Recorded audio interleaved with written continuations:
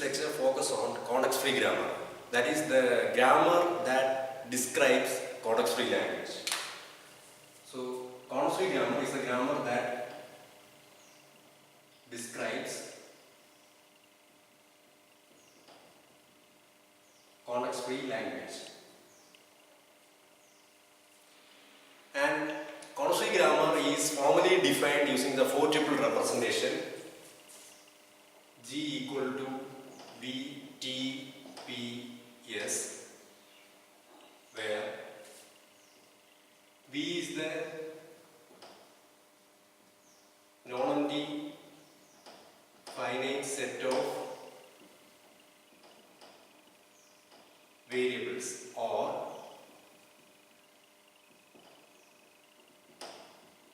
non-terminals. T is the non-empty finite set of terminals. P is the non-empty finite set of productions of the form alpha giving beta, where alpha belongs to V and beta belongs to V union T closure, and S is the start symbol or starting variable. So the difference between context-free grammar and regular grammar is in the production rule. Each and every production in context-free grammar is of the form alpha giving beta, with left hand side will be a member that belongs to variable. It will be a single variable, and right hand side will be a string of variables and any string of variables and terminals. But if we consider regular grammar, each and every production set must satisfy either left linear property or right linear property. But in this case, right hand side can be any string of variables and terminals. So, let me give an example for context-free grammar. So, let the grammar be G equal to V, T, P, S, with V equal to set S, A, and T equal to set A, B. And let me write the productions P equal to set S gives A, S, A, B or A giving B, A or B. And this is the start symbol. So this is the formal representation of context-free grammar. And if we consider the variable set includes S and A. Usually variables will be represented using uppercase alphabet, and terminals include A and B, and usually we represent terminals using lowercase alphabet. And the set of productions, each and every productions will be of the form alpha giving beta, with alpha belonging to variable and beta belonging to string of variables and terminals. So in this production set, we are having four production rules. First one is S gives A, S, A, B, which satisfies this property. Second one is S giving A, which means that the variable S can be replaced with any one of these two strings. S is having two possible replacements. And again, A gives B, A. Here alpha is capital A, which is a member that belongs to the set of variables, and beta is BA, which is a member that belongs to V union T closure. It is actually a string of variables and terminals. Now, what do you mean by derivation?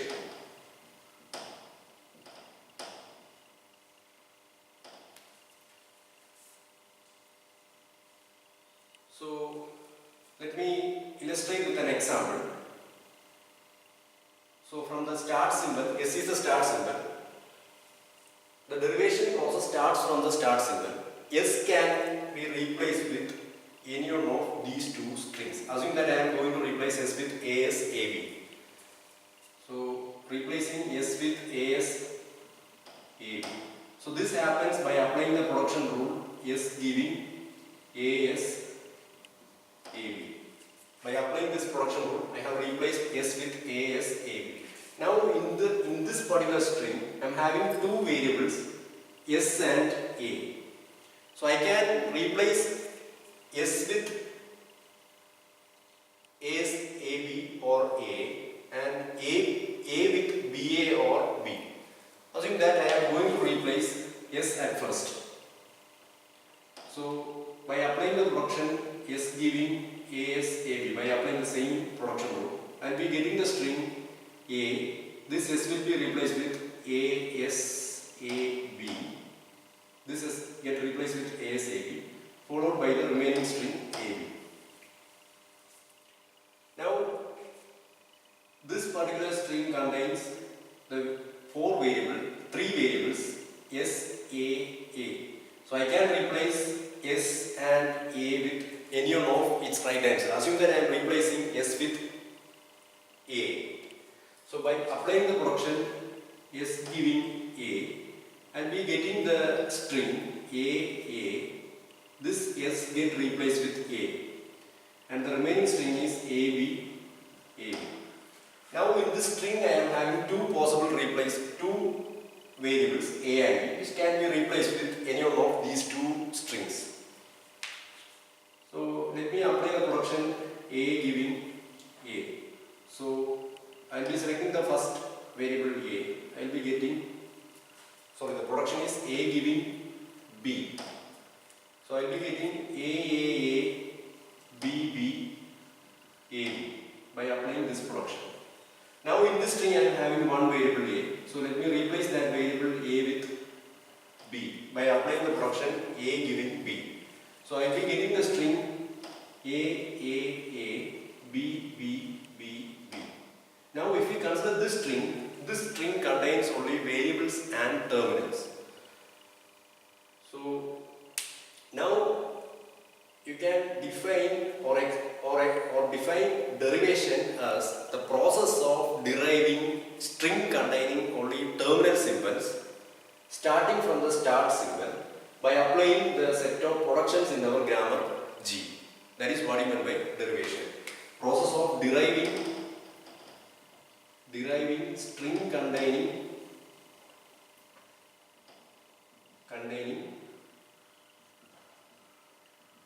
terminal symbols starting from the start symbol by applying set of productions in G. That is what I meant by derivation.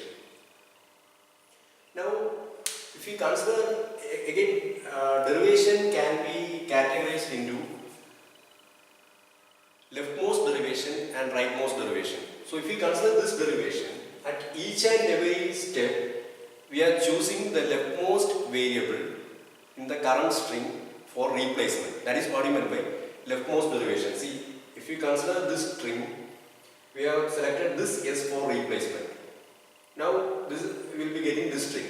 From this string, you have replaced the leftmost variable in the next step. Now from this string, we have selected this A for replacement, followed by replacing this A with B. So at each and every step of derivation, if you replace the leftmost variable in the current string, then you can call that derivation as leftmost derivation. And in each and every step of derivation, if you replace the rightmost variable, then you can call that derivation as rightmost derivation. Now, at each and every step of derivation, you will be getting a string of variables and terminals. You can call that string as sentential form. sentential form. At each and every step of derivation, you will be getting string containing only variables and terminals. So such strings are termed as sentential form. So this is a sentential form, this is a sentential form, this one is a sentential form, this one is a sentential form, this one is also a sentential form. So the derivation stops at that particular sentential form which contains only terminal symbols. So this is actually leftmost derivation. At each and every step of derivation, the leftmost variable in the sentential form is selected for replacement. So this will be noted as LM.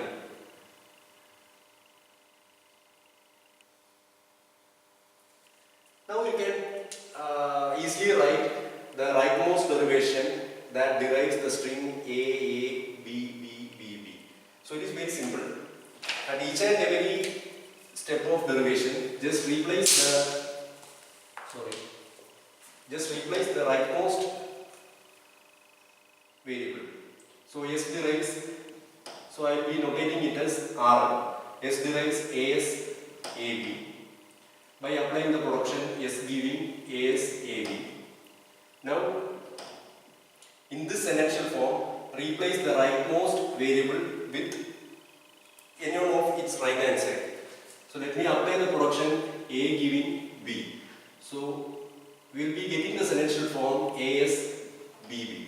Now in this string, replace the rightmost variable with any one of its right hand side. So let me apply the production S derives AS, AB to obtain the sentential form AS, AB, BB. Now in this sentential form, replace the rightmost variable with any one of its right hand side. So let me apply the production A giving B to obtain the sentential form AS, B. Now in this sentential form, replace the rightmost variable. So here there exists only one variable. So replace that S with A by applying the production S giving A. So you will be getting A, B. So this string is also derived using the set of productions in grammar G starting from the start symbol, and here the derivation followed is rightmost derivation. So you can categorize derivation into leftmost derivation and rightmost derivation.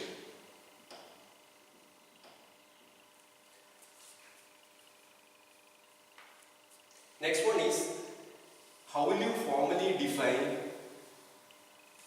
the language defined or language generated by CFG. How will you formally define the language defined or generated by the constantly grammar G? It is formally defined as L of G is equal to set of strings W belonging to T clean closure, because the strings that are derived from the start symbol by applying the productions in our grammar G will contain only terminal symbols. So the set of strings W generated using the terminal symbols such that starting from the start symbol by applying sequence of productions in grammar G, that is a notation, starting from the start symbol by applying the sequence of productions in grammar G, we will end up at W. So all such W's together form the string defined or the language defined by the grammar G.